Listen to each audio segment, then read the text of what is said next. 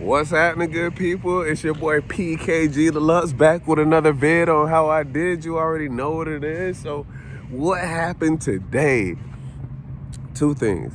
One, we got to meet another entrepreneur by the name of Chris. He's also a trader and stock trader and I want to say boat tour specialist. If there's a better way for framing that, I apologize. I think that's it. But he's a man of a multitude of hats that he wears. So he gave us a deeper appreciation for being out there in the water today in Lake Wylie, which I would have never thought of taking boats and making my own business out of them.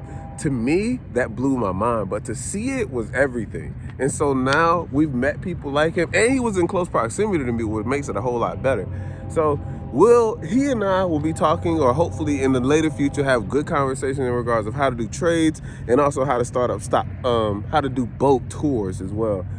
Somewhere in the near future, I'm probably thinking about getting a boat myself, driving it around, and just learning the things too. To figure out how to do the marketing schemes along with him, because there was a lot of money to be made off of boats.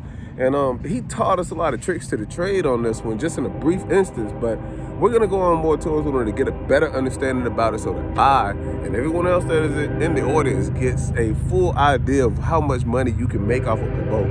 So from what I've just learned in an entire year, which it only constitutes for one season, and that season being from April till about September, he was able to gross about somewhere between $40,000 and $60,000 off a used boat that he got for less. It didn't pay a dime for it. So it put me in the narrative of thinking, how do you do that? What made you? How did you get there? So I'm asking a multitude of questions, because I know once you get a boat, you have to do so many other things, like getting the boat out the water, putting gas in the boat, putting insurance on the boat, making sure it's secure,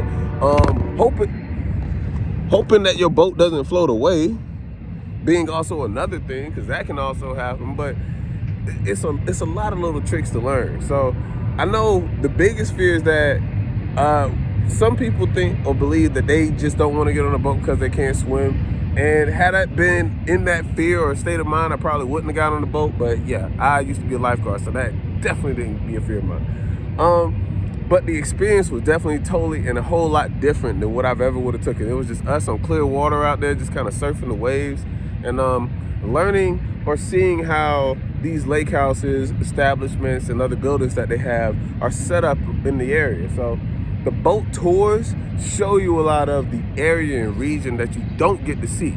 And you can't really see the back or people's docks, I don't want to say houses, unless you're on a boat. So I would recommend anybody that is looking or has an idea about it, start getting your ideas or brain geared towards getting a boat, because that is a great investment to make. It's a lot of money you can make off of it. So if you really want to make a quick flip off a coin, the dude made off on 40 to 60,000 somewhere. I want to just roughly say 50 to be safe. So you can make a lot of money even if you didn't want to keep a boat full time. And this is the best part: he doesn't even have it at his home. Yeah, stay somewhere else. So think about that.